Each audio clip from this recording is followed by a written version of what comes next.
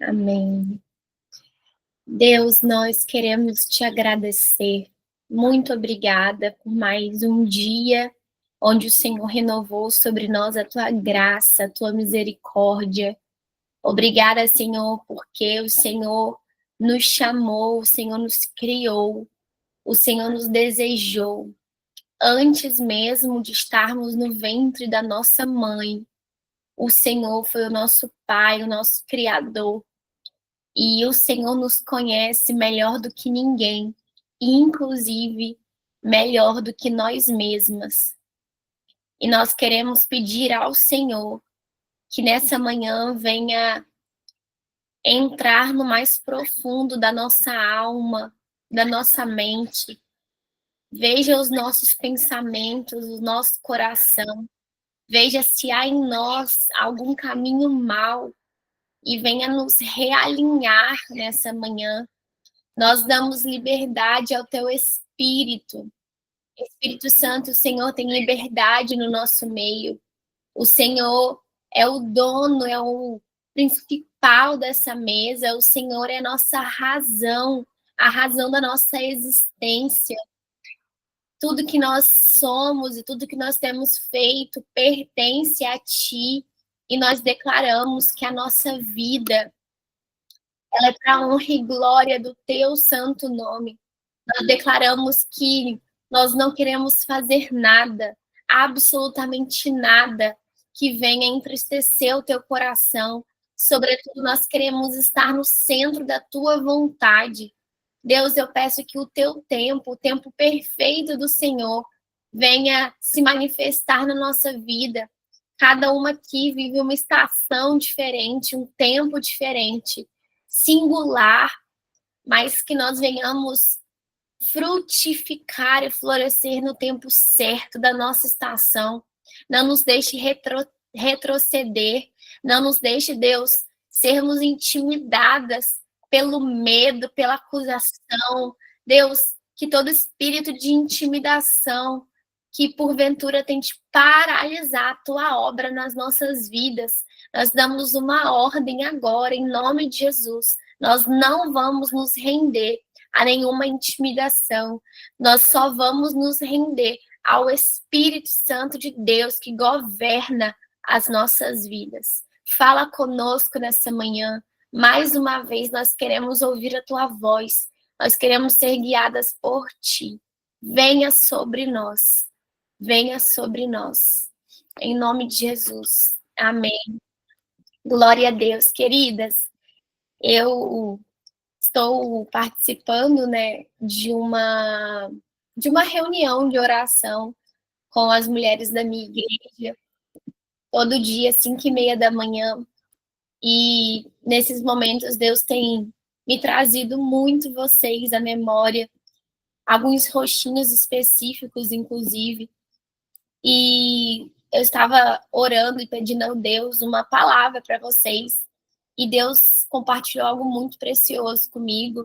Eu tenho certeza que se você colocar o teu coração disponível ao Espírito Santo nessa manhã, ele vai falar com você e ele vai reorganizar áreas na sua vida que talvez você está buscando tanta resposta e a resposta está nele. E eu queria que você abrisse a sua Bíblia comigo em 2 Coríntios, capítulo 12, do versículo 7 ao 10. Nós vamos estudar uma história, uma vida do Antigo Testamento, sobretudo, antes da gente mergulhar, eu queria trazer essa palavra em 2 Coríntios, capítulo 12, versículo 7, para que você possa entender algumas coisas com muita clareza. E diz assim, 2 Coríntios, capítulo 12, versículo 7. E para que não me exaltasse pelas excelências das revelações, foi-me dado um espírito na carne, um espinho na carne, a saber, um mensageiro de Satanás, para me esbofetear, a fim de não me exaltar. acerca do qual 3 vezes orei ao Senhor para que se desviasse de mim. E disse-me: a minha graça te basta, porque o meu poder se aperfeiçoa na fraqueza. De boa vontade, pois, me gloriarei nas minhas fraquezas, para que em mim habite o poder de Cristo, pelo que sinto prazer nas fraquezas, nas injúrias, nas necessidades, nas perseguições, nas angústias, por amor de Cristo, porque quando estou fraco, então sou forte. Então, para quem está entrando agora, a gente lê o 2 Coríntios, capítulo 12, do versículo 7 ao versículo 10. E eu não sei vocês, mas uma das minhas orações ao Senhor mais sincera é: Deus, por que eu? Deus, o Senhor sabe que eu não tenho capacidade. O Senhor sabe que eu não tenho estrutura. O Senhor sabe que me faltam muitas habilidades. E por que eu? E esse porquê eu, às vezes, vem recheado de medo, de intimidação, de questionamentos. E ontem eu recebi uma mensagem de uma paciente muito querida, e ela me mandou um texto questionando muitas coisas, desde a doença que a mãe dela teve e acabou entrando em estado vegetativo, e ela precisou cuidar da mãe, e a mãe veio a falecer depois de alguns anos. Quando a mãe ficou doente, o pai saiu de casa, deixando ela sozinha com o irmão. Esse irmão se envolveu com drogas. Depois, ela teve um relacionamento de 10 anos com o mesmo rapaz, e um relacionamento altamente abusivo, que destruía a identidade dela. E quando finalmente ela decidiu não ficar mais naquele relacionamento, ela teve uma recaída com ele, depois de um tempo distante. E nessa recaída, ficou grávida. Nessa gravidez, ele saiu do relacionamento, inclusive já casou com uma outra pessoa. E, enfim, uma vida recheada de muitas angústias, de muito questionamento. E há um ano, cerca de um ano, ela estava em um relacionamento que aparentemente era saudável, estável, até que, de repente, essa pessoa abandona ela, depois de criar vínculo, de conhecer a filha. E ela me mandou um texto gigante ontem, no meio das suas angústias, só para escrever, sabe? Aquele momento do nosso paciente que ele envia: eu só preciso falar com a minha psicóloga e sentir que alguém está me ouvindo. Eu não quero ser, talvez, respondida, eu só quero falar. E no meio daqueles questionamentos, a nossa sessão vai ser hoje, eu olhei para aquelas mensagens e eu falei: Senhor,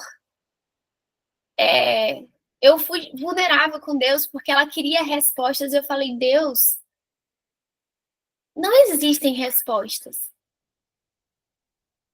Não existem respostas para todos esses questionamentos e fragmentos da vida dessa moça que está no meio da sua angústia. Que resposta tem para uma mãe que adoece quando se tem 6 anos e você tem que ser mãe dessa mãe? Que resposta tem para um pai que sai de casa no meio desse contexto para viver a sua própria vida? Que resposta tem para um irmão que, de repente, não é mais irmão, é filho e vira dependente de você? Que resposta tem para quando você finalmente decide abrir mão de algo que te aprisionava? Você gera um vínculo eterno com essa pessoa e ainda lida com a culpa de amar aquela criança, mas não querer um vínculo com o pai daquela criança.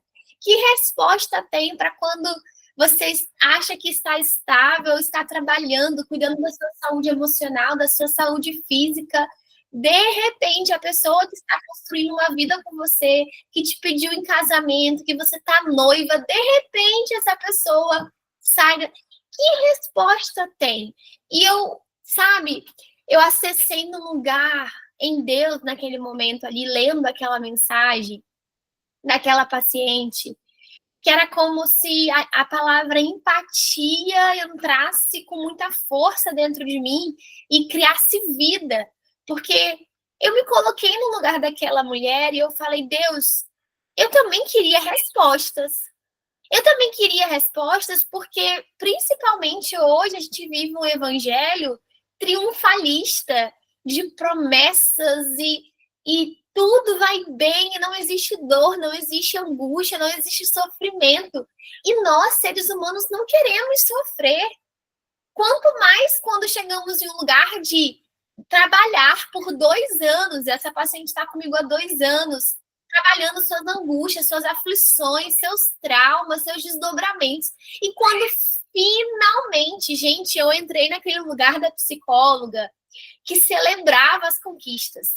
Eu entrei naquele lugar que eu finalizava a sessão e eu falava com meu esposo assim, nossa, como eu sinto prazer em ver o estado atual dessa paciente que, depois de reconstruir tantas coisas e elaborar tantos sentimentos, tantos questionamentos, não só pelo relacionamento estável que aparentemente ela estava, mas pela estrutura emocional que ela havia criado.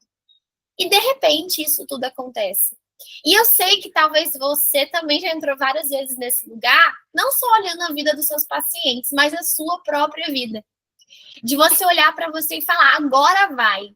Chegou a hora e, de repente, algo acontece ou nada exterior acontece. Mas é como se internamente a gente não conseguisse acessar essa plenitude. E eu estava orando sobre isso, perguntando algumas coisas a Deus, fazendo inclusive esse questionamento muito vulnerável. Deus, por que eu? Porque o Senhor sabe que se dependesse de mim, existe um livro maravilhoso que eu amo, que é, se eu não me engano, Segredos do Lugar Secreto, Escondido, alguma coisa assim. Eu vou lembrar o nome depois com mais precisão. Mas fala sobre esse lugar de você estar escondida em Deus. Minha irmã comprou para dar ele de presente no Natal para uma pessoa invisível. Isso aí. Segredos do Lugar Invisível, eu acho. E aí, minha irmã comprou para dar para uma pessoa e no Natal. E eu vi esse livro na estante e eu falei, epa, tô querendo ler esse livro, tirei print dele há anos. Eu quero. E aí eu falei assim, pode me dando, vai ser o meu presente de Natal. Minha irmã me deu. Aquele livro, gente, foi como um bálsamo para mim. Eu fiquei ali, falei, pronto, é a minha estação. Eu quero ficar nesse lugar escondida, eu quero ficar quietinha, eu quero descobrir os secretos, segredos de Deus nesse lugar quietinha. E aí, Deus, você pode ler esse livro, você pode amar esse livro, mas essa não é a sua estação.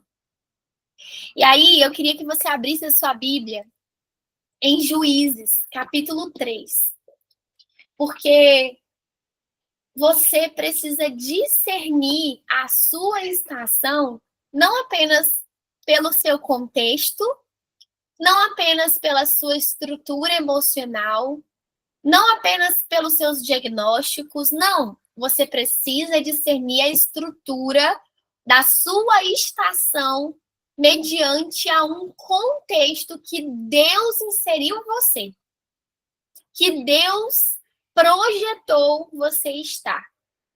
Não é um contexto social, histórico, não. É um contexto, espiritual. O que o céu, qual é a expectativa do céu ao meu respeito para essa estação?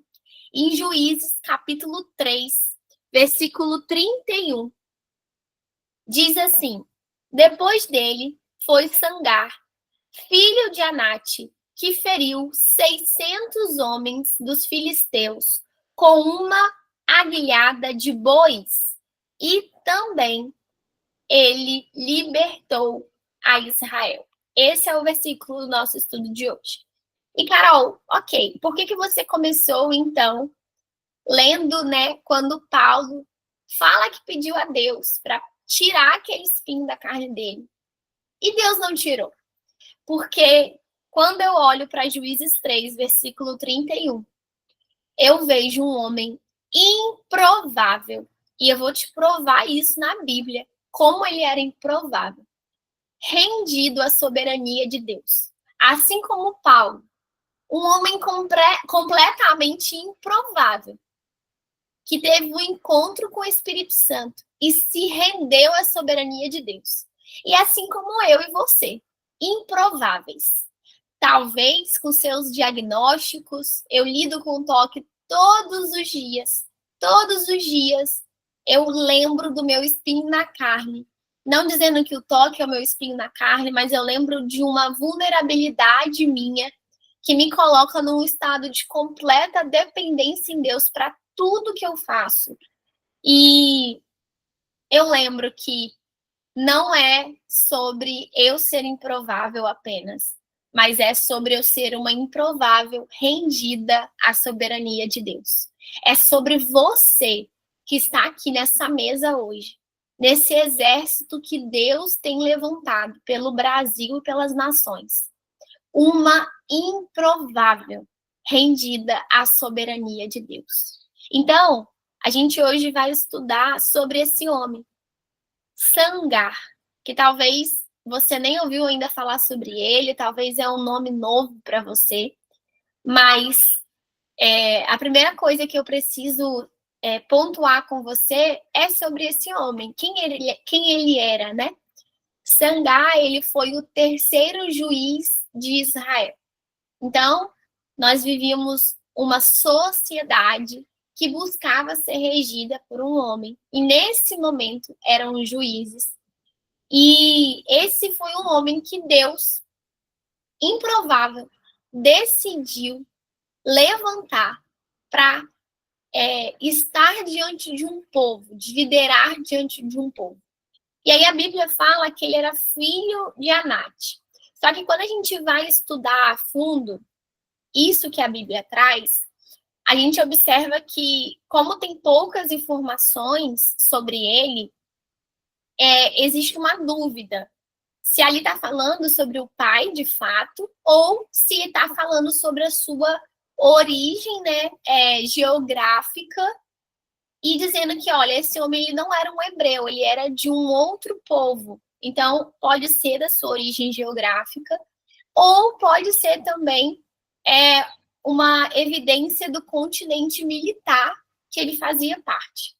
Só que, independente da estrutura que aquele homem, se ele era hebreu, se ele não era, o que era a respeito de filho de Anate, a gente observa que existe um contexto que ele estava inserido, que era um contexto de ameaça constante.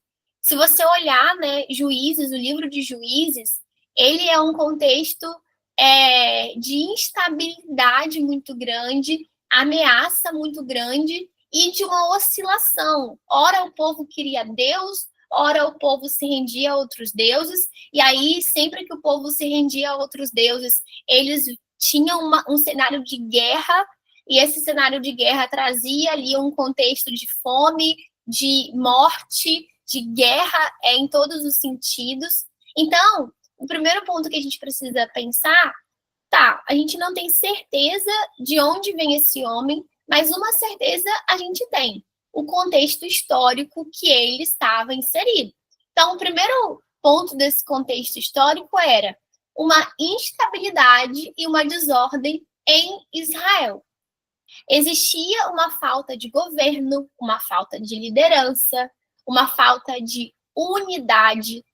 Inclusive, lá em Juízes, capítulo 21, versículo 25, diz assim, ó. Juízes, capítulo 21, versículo 25. Naqueles dias, não havia rei em Israel, porém, cada um fazia o que parecia reto aos seus olhos. Isso te lembra algum contexto? Isso te remete a algum cenário? Senão o nosso? Não havia rei em Israel. Cada um fazia o que parecia reto aos olhos. Ou seja, uma realidade muito similar à nossa, onde tudo é relativo e cada um faz o que quer diante daquilo que acredita ser reto aos seus olhos. Então, esse era o cenário que esse homem zangado estava. E a primeira pergunta que eu quero te fazer nessa manhã é: quem tem governado a sua vida? Quem tem governado a sua história? Porque se você está buscando fazer o que é reto aos seus próprios olhos, pode ser que exista uma lacuna aberta de falta de governo sobre a sua vida. E isso vai fazer com que você erre muito pelo caminho. Não só em se posicionar quando não deveria, mas a sua falta de posicionamento. Juízes 21, 25, Ana. Então, a primeira pergunta é: quem tem governado a sua vida? A segunda pergunta é: quem tem governado a sociedade que você está inserida? A verdade é que a nossa sociedade hoje, ela é dada aos seus próprios prazeres, aos seus próprios desejos. Então, a gente observa uma sociedade que cada homem está sendo governado por si mesmo. Que não existe governo, não existe liderança, não existe unidade. E esse que a gente chama de forma muito errônea, esse jeitinho brasileiro, na verdade, é um reflexo dessa falta de governo, liderança e unidade que nós vivemos. Porque cada homem está buscando os seus próprios prazeres. Doa quem doer, passe por cima de quem tiver que passar. Eu quero governar os meus prazeres pela minha própria força e eu quero ser governada por eles. Então, olhando o seu contexto histórico, se pergunte quem tem governado a sua vida e quem tem governado a sociedade, porque nós, quando psicólogas, precisamos dessa resposta. Os nossos pacientes vão entrar no nosso consultório com essa realidade de ser governado pelos seus próprios deleites e pela sua própria vista. E se nós não temos consciência disso, nós alimentamos essa sociedade. Porque você sair do sistema, você ser um ponto fora da curva, é altamente complexo. Pelo contrário, a maioria dos psicólogos alimentam isso de forma consciente ou não e fazem com que um adoecimento mental seja propagado no nosso meio. Então, você, quanto psicóloga e quanto uma mulher cristã, você tem que ter essa resposta. Quem tem governado a minha vida e quem tem governado a sociedade que eu estou inserida? Porque os conselhos que vêm dessa sociedade, as orientações que vêm dessa sociedade, provavelmente não estão de acordo com o manual que rege a minha vida. E eu preciso ter clareza disso, porque se eu sou cristã e eu não vivo essa palavra, algo está errado, algo não faz sentido.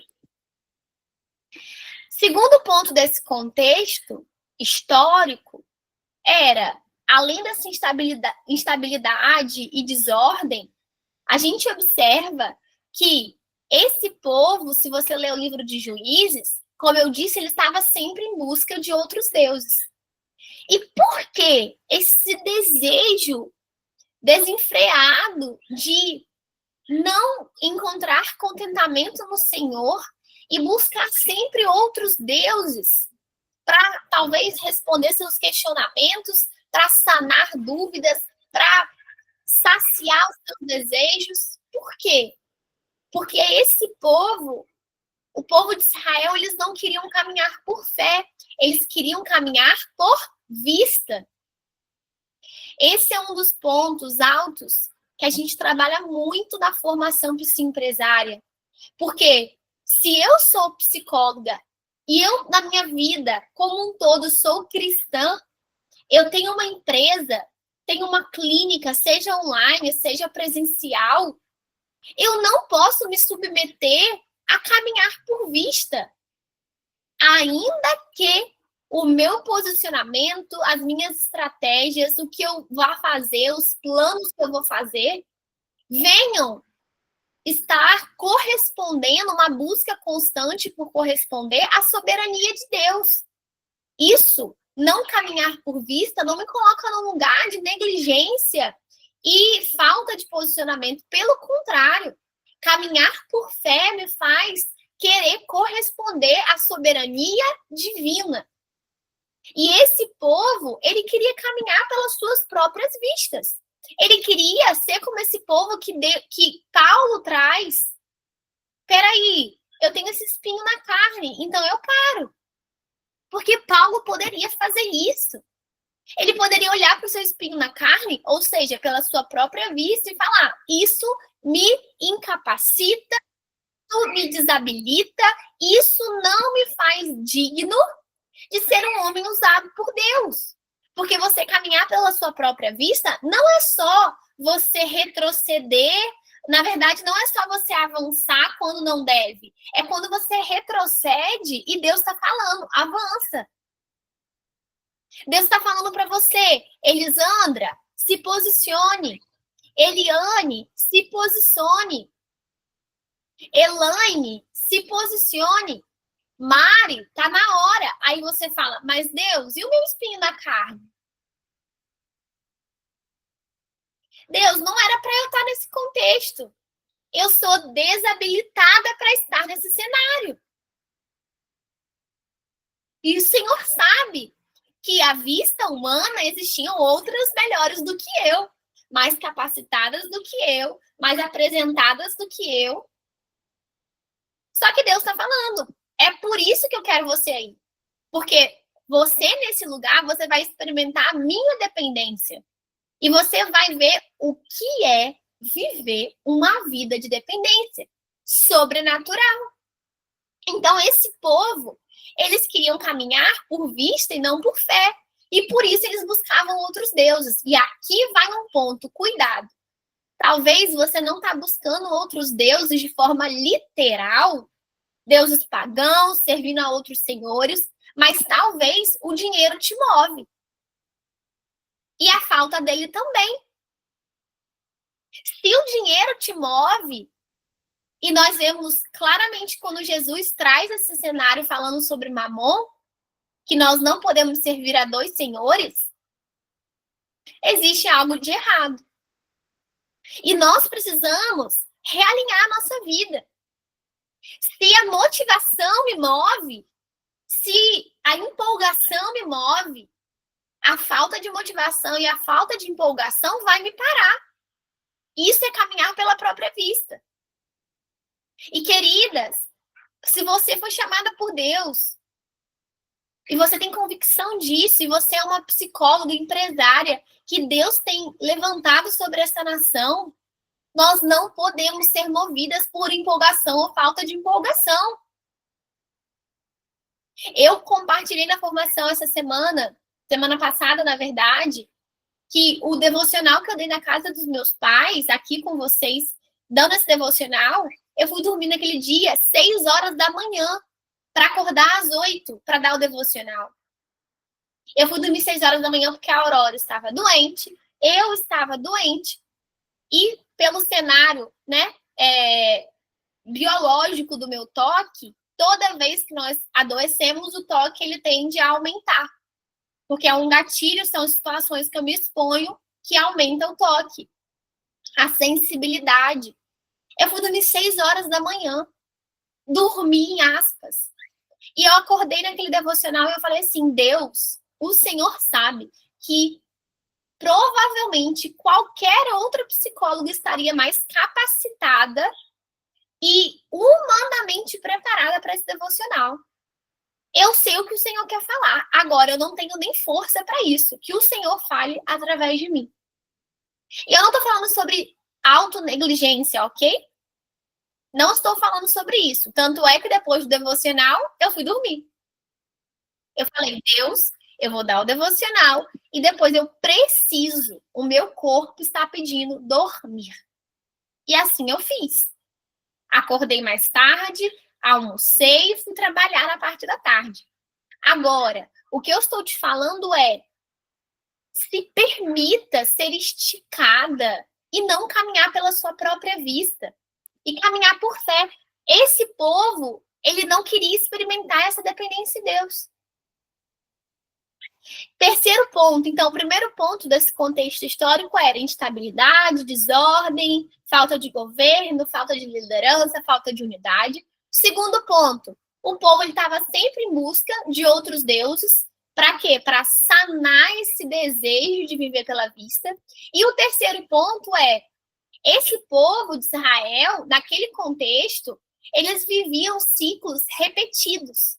Eles viviam um cenário de apostasia, eram oprimidos, então, ok, não quero Deus, quero outros deuses, e aí eu vou me apostatar da minha fé, com isso eu começo um ciclo de opressão, aí vem morte, guerra, fome, depois disso o que acontece? Eu me arrependo, e aí eles se arrependiam, e Deus libertava aquele povo, usava ali um juiz para libertar aquele povo, e depois que aquele povo era liberto, eles voltavam para o mesmo lugar, apostasia e opressão.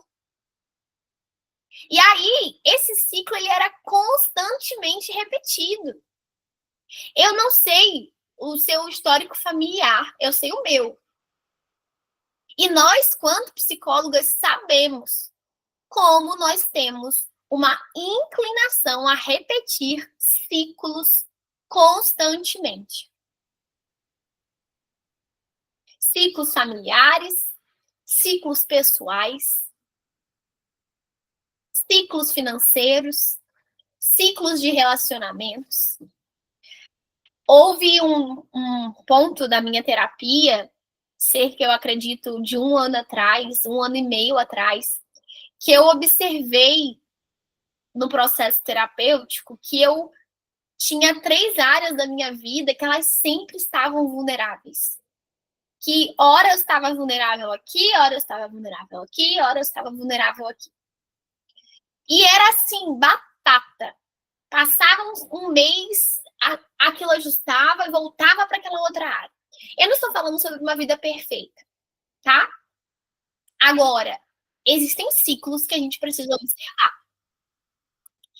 E eu e você fomos chamadas para quebrar ciclos também. Não só para alimentar, mas para quebrar. Quando eu me casei com o Patrick, e a gente fala disso abertamente, quando nós fizemos os nossos votos, nós fizemos votos muito conscientes, que nós, naquele momento, estávamos mudando a história da nossa geração e da nossa descendência. E que, em algum momento, me conhecendo, eu deixei isso claro para ele. Eu sou uma pessoa, até por ser até empreendedora, geralmente é assim, empresária, geralmente é assim, quer novidade de vida toda hora. O monótono não é interessante. E aí eu falei com ele, você tem certeza que você quer casar com uma mulher que não gosta do monótono? Obviamente, ele noivo, né, falou assim, claro, vai ser um prazer te conquistar todos os dias, vai ser uma honra, né, todo dia uma conquista diferente, porque eu gosto desse lugar da conquista. Eu brinco com ele às vezes assim, vamos num restaurante, eu vou sentar numa mesa, você senta em outra, a gente finge que não se conhece, e você vem e tenta comigo, tenta, né, me conquistar. Eu brinco com ele assim. E aí, eu falei isso pra ele. Eu queria, sabe, deixar isso claro. Obviamente, ele falou que sim. Só que a gente sabe, o casamento não é um jogo de conquista. É uma decisão. Claro que eu tô falando de um cenário saudável, que não tem as suas exceções, né? Um cenário saudável. Agora, ser saudável não quer dizer que sempre eu vou estar apaixonada e vou estar amando. Isso eu tenho aprendido muito na minha empresa. Ser apaixonada pela missão, amar a missão que Deus me confiou, não quer dizer que eu vou acordar todos os dias empolgada. Amar estar aqui com vocês toda terça-feira, 8 horas da manhã, não quer dizer que eu vou acordar todos os dias. Uhul, hoje tem devocional! Glória a Deus! Deus vai ser Deus vai me usar como instrumento. Deus vai fazer. Não, não, não. Só que, como eu falei, nós não podemos ser motivadas por empolgação. Nós temos que ser movidas por um propósito. Porque. E na terça-feira que eu acordar de TPM? E na terça-feira que eu não tiver dormido bem? E na terça-feira. E aí? O que vai acontecer? Obviamente, existem exceções. Existe exceção de quando você está passando mal, você vai para o hospital e você fala para o paciente: olha, hoje eu nunca consegui te atender. Agora, é exceção. Não é falta de empolgação. Então, esse povo, ele estava buscando assim, eu preciso ser um pouquinho empolgado. E com isso, eu vou repetindo ciclos. Porque não tem um propósito, tem ciclos. E a gente vai repetindo. Então, o terceiro ponto desse contexto histórico eram ciclos repetitivos. E um quarto ponto, para a gente fechar o contexto histórico, era, nas tribos de Israel, cada tribo tentava sobreviver por conta própria. Ou seja, não tinha unidade no povo.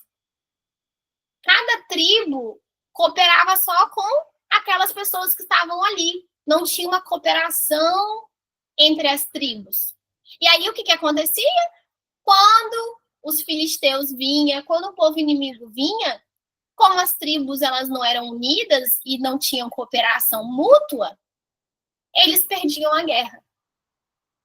Entenda uma coisa. Você não foi feita para caminhar sozinha. Entenda uma coisa, o que Deus te confiou, e isso para mim foi libertador. Inclusive, uma psicóloga que está aqui nessa mesa que me falou isso, eu nunca mais esqueci. O que Deus está gerando a partir de você não é isolado, faz parte do corpo de Cristo. Você precisa entender isso. Isso é libertador. Carol, mas eu fui doutrinada que eu não posso misturar psicologia e fé. E quem disse que você vai misturar alguma coisa? Quem disse? O que eu estou te falando é, quando você faz parte do corpo de Cristo, você em qualquer área da sua vida, você é uma manifestação do corpo de Cristo. Não tente caminhar sozinha. Não tente fazer tudo achando que você dá conta. Não acha que você já sabe tudo ou que você não tenha algo a cooperar. Porque temos sempre dois extremos. Aquelas que acham que sabe tudo, que não precisa aprender, e aquelas que acham que não tem nada a oferecer. O que eu sei é muito óbvio. Aí tá. Aí tem alguém do seu lado precisando do óbvio. E o seu orgulho de, ai, é óbvio. É óbvio para você. Quinta-feira agora a gente vai ter um workshop de criação de produtos e serviços digitais para psicólogas. Inclusive, a gente tem algumas vagas ainda. Não consigo abrir muitas porque a gente vai dar um raio-x individual para cada uma. Então, a gente colocou vagas limitadas. Mas o que eu mais escuto é, Carol, eu vou criar um produto disso. É tão óbvio. Aí eu, é tão óbvio que tem pessoas que não são tão capacitadas como você, que não fez nem faculdade como você, e criou esse produto e está vendendo. E tem, olha, é tão óbvio que tem mais de 500 pessoas que já compraram esse produto. Olha que óbvio. É óbvio, é óbvio. Então, entenda, o que Deus te confiou é para você multiplicar. Coopere com as pessoas e permita-se ser alimentada também. Porque às vezes a gente sabe muito dar. E na hora de receber, né? Nossa, áreazinha que eu fui tratada no passado e estou sendo ainda esse ano. Saber receber. Que área que eu estou aprendendo? Porque sentar para aprender para mim não é um problema. Agora, receber um presente, receber uma cooperação do nada. Não, eu quero te ajudar com isso. Ah, não, eu tô aqui para quê? Para mim é tipo assim, meu Deus, para mim era, né? Meu Deus, eu tô atrapalhando, eu tô não, você faz isso para outra pessoa. Não. Gente, eu já recebi ofertas de pessoas que falaram assim, eu não tô te dando porque você precisa, eu tô te dando porque eu acredito no que você carrega.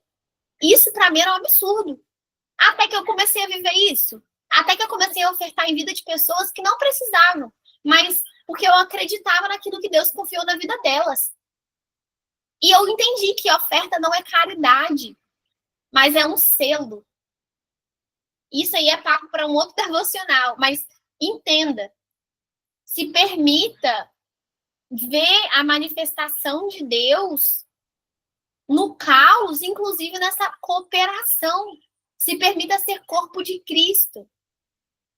Se permita. E aqui, Deus sempre vai buscar esse coração disponível. Juízes é a prova disso. A gente vê Sangar, a gente vê Débora, Gideão e tantos outros improváveis que Deus escolhe. Ok, é esse improvável aí que eu vou, então, manifestar minha soberania divina. Ponto. Então, esse era o contexto histórico. E aí, no meio desse contexto histórico, a gente tem quem? Os inimigos, né? Os inimigos de Israel, que eram os filisteus. E é importante você saber disso, porque os filisteus, eles não eram qualquer povo. Os filisteus, eles eram um povo avançado. Eles sempre estavam em vantagem no contexto ali de guerra. Por quê? Porque eles eram um povo aparentemente inteligente, avançado em tecnologia. E olha aqui, lá Juízes capítulo 3, versículo 31. Depois dele foi Sangar, filho de Anate, que feriu 600 homens dos filisteus com uma aguilhada de bois. Você acha mesmo que os filisteus, avançados, com tecnologia, inteligentes, eles usavam aguilhada de bois? Obviamente que não. Isso era a ferramenta, e a gente vai falar sobre isso daqui a pouco, de um agricultor, de um homem do campo, de um homem que cuidava de animais. Não era ferramenta de guerra. Então, o que os filisteus usavam? Eles usavam ferramentas avançadas. Para vocês pensarem assim, ferramentas de ferro. Ferro para a gente hoje é normal. Mas para aquele povo, ferro era algo que significava muito na guerra, desde o ataque à proteção. Então, nesse segundo ponto, que você precisa entender é que os inimigos, eles eram mais capacitados visivelmente do que Sangar. Então, pense nisso. Os meus inimigos. E aqui, não acha que você não tem inimigo não, tá? Não vive esse maravilhoso mundo de Nárnia, não, porque Nárnia é perfeito, né? Não consigo falar de Nárnia. Mas, assim, achar que, nossa, todo mundo me ama, o sistema me ama, eu sou a queridinha, quero paz com todos. Não, não, não, não. Você precisa reconhecer, inclusive, seus inimigos para você entender que guerra você está lutando. Se você não reconhece seus inimigos, provavelmente a guerra já está perdida. Então, esses inimigos, eles eram mais capacitados. Agora, ponto 3. Qual é a ferramenta que Sangar usa? Uma guiada de bois. O que era isso? Uma vara comprida que tinha na sua ponta o ferro. Então, aqueles homens vinham com ferro para tudo quanto é lado. Sangar não, ele tinha uma vara comprida, porque a vara não podia ser de ferro, até porque não tinha ferro suficiente, provavelmente, e não era um instrumento que ele usava, mas na ponta dessa vara tinha um ferro. E para que era utilizada? Para estimular bois. Então, ele arava lá a terra e estimulava os bois, guiava os bois lá naquela terra para ajudar ali no processo de cultivo, né, da agricultura. Mas imagina assim, e se Sangar olha para aquela ferramenta e fala assim, isso aqui não me serve. Não, eu preciso de uma outra ferramenta. Tudo bem, Deus me usar, beleza, porque, né, Deus provavelmente falou com ele, porque a Bíblia não fala de forma clara, mas para esse homem se posicionar com uma ferramenta dessa e derrotar 600 homens, alguma coisa aconteceu ali sobrenatural. Só que imagina se ele olhasse e falasse, não, eles vão vir com ferro para tudo quanto é lado, eu tenho uma vara com uma ponta de ferro, nem a vara de ferro não, é uma vara com ponta de ferro, e vai vir 600 homens. Não, Deus, você me quer na guerra? Beleza, agora, providencie uma ferramenta melhor. Deus, você me quer na guerra? Tranquilo. Agora, usar a psicologia, não vou não. Providencia uma ferramenta melhor. Deus, você me quer na guerra. Agora, minha profissão? Não. Não, não, não. Minha empresa? Não. Tudo bem no púlpito. Tudo bem na igreja. Agora, não. Isso aqui que você me confiou, não. E preste atenção. Qual é a ferramenta que Deus colocou em suas mãos? Você vai continuar desprezando? Não despreze o instrumento que Deus te confiou. E eu pesquisei o significado da palavra desprezar. E significa assim, ó. Desprezar significa tratar com desdém, falta de consideração ou não dar importância a algo ou alguém. Pode também significar rejeitar ou não fazer caso de algo. Além disso, pode ser usado no sentido de se rebaixar ou se envergonhar. Olha isso. Talvez você está aí rebaixando o que Deus te entregou como ferramenta, desprezando, se envergonhando, não considerando, tratando com desdém. E Deus está falando, eu te dei essa ferramenta. O que você vai fazer com ela? E você, às vezes, está tão preocupada na ferramenta.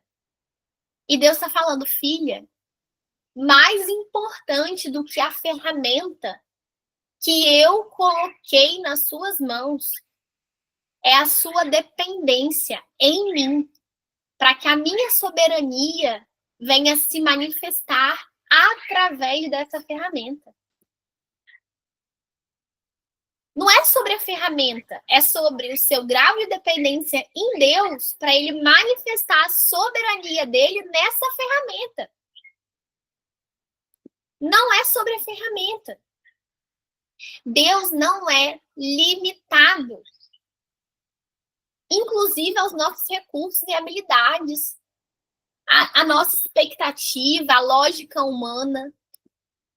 O que Deus precisa é da nossa disponibilidade. O que Deus precisa é o nosso eis-me aqui. Sabe por quê? Porque quando a gente se coloca nesse lugar e a gente coloca Deus, Eu sei que eu tô com medo. Eu sei que eu reconheço que eu não tenho todas as habilidades. Mas eu reconheço que não é sobre mim. Eu reconheço que eu vou continuar talvez com medo, mas a sua dependência, a minha dependência no Senhor vai me dar o que eu preciso para ir além de mim mesma. E a ousadia bíblica, gente, ela não vem de uma construção de autossuficiência, de autoconfiança. A ousadia bíblica que nós precisamos, ela vem de uma completa dependência no Espírito Santo de Deus. A ousadia que nós precisamos para esse tempo, diante desse contexto que nós estamos, não é apenas desenvolver uma capacidade humana de autoconfiança. Nós precisamos ir para um lugar de completa dependência no Espírito de Deus. E aí sim, ele vai nos dar direção e capacitação, como ele deu para Sangar. Grave isso. A coragem divina não é a completa ausência de medo, mas a completa dependência no Espírito para ir além de nós mesmos. Tô com medo, Deus, eu tô com medo. Eu reconheço. Mas eu dependo completamente do Senhor. Para dar esse passo, para me movimentar, para ser ousada, eu dependo do Senhor. E para a gente encerrar, eu queria que você abrisse comigo em Salmos, Salmo 91.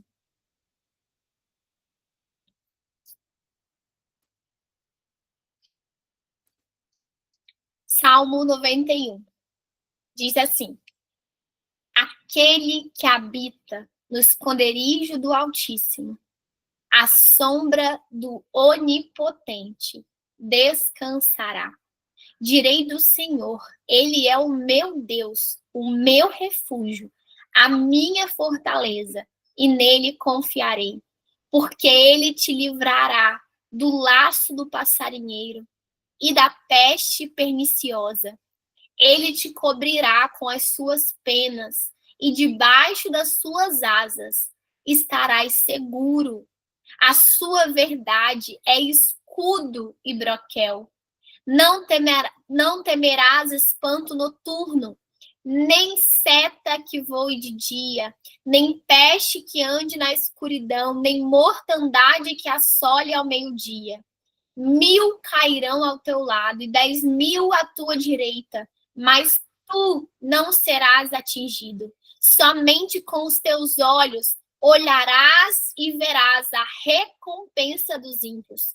Porque tu, ó Senhor, és o meu refúgio, o Altíssimo é a tua habitação, nenhum mal te sucederá, nem praga alguma chegará à tua tenda, porque aos seus anjos dará ordem a teu respeito, para que te guardem em todos os teus caminhos. Eles te sustentarão nas suas mãos, para que não tropeces com o teu pé em pedra.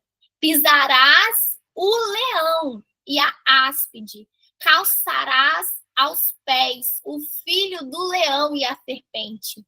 Pois que tão encarecidamente me amou, também eu o livrarei. Poloei no lugar alto, porque conheceu o meu nome. Ele me invocará e eu lhe responderei. Estarei com ele na angústia, livrá-lo-ei e glorificarei. Dar-lhe-ei abundância de dias e lhe mostrarei a minha salvação. Aleluia, glória a Deus. Quando Moisés escreveu esse salmo, talvez ele não imaginava que muitas vezes fosse a nossa oração. Talvez você não imagina o que Deus te confiou o que vai ser na vida de outras pessoas. E minha oração é que, em nome de Jesus, assim como Sangar, você se posicione e você entenda que, no fim das contas, é sobre a libertação de um povo. Não é sobre você. Não é sobre mim. É sobre a libertação de um povo. Depois dele foi Sangar, filho de Anate, que feriu 600 homens dos filisteus com uma aguilhada de bois. E também ele libertou a Israel. Que Deus possa continuar falando com você durante esse dia. E que você tenha ousadia para pegar o que ele confiou nas suas mãos e libertar o povo. Amém? Vamos orar para encerrar. Deus, obrigada. Obrigada, Espírito Santo, porque o Senhor é fiel. Obrigada porque o Senhor fala, o Senhor continua falando, o Senhor continua nos reposicionando, o Senhor continua nos corrigindo, o Senhor continua nos amando. Eu oro para cada psicóloga que está aqui nessa mesa, que foi chamada pelo Senhor, que o Senhor venha cooperar, Deus, diretamente, para que elas possam viver a plenitude do chamado, da vocação, daquilo que o Senhor confiou. Eu oro, Senhor, para que elas possam ser cheias de ousadia e dependência no teu espírito para viver a tua soberania em todas as áreas. Eu consagro as suas vidas pessoais, a casa, a família, os casamentos, os filhos. Deus, cada empresa, tudo que elas têm feito, colocado as mãos, que assim como Abraão, tudo que ele tocava era abençoado. Sê tu uma bênção. Psicóloga, seja você uma bênção. Não espere criar. Não espere baterem nas suas portas. Abra portas. Seja ousada para libertar o povo. Use com aquilo que Deus colocou sobre as suas mãos. E não retroceda. Não é tempo de retroceder. É tempo de se posicionar. É tempo das mulheres com coração puro, com coração reto, se posicionarem na minha presença, naquilo que eu tenho para essa geração, para esse povo que está perdido, esse povo que busca respostas, esse povo que tem andado conforme os seus próprios deleites, conforme a sua própria vista, esse povo que não tem um governo, que não tem uma liderança. Esse é o povo que está clamando por você e pelo teu posicionamento, e a ferramenta que eu coloquei nas suas mãos já é suficiente, porque você vai ver o meu poder se aperfeiçoar diante da sua fraqueza. Aleluia, aleluia, glória a Deus, aleluia. Deus te abençoe. Seja um dia cheio do Espírito Santo e você se posicione em Deus. Aquelas que estarão no workshop na quinta, vai ser um prazer passar esse tempo com vocês e cooperar com o que Deus tem feito. Um beijo e até a próxima.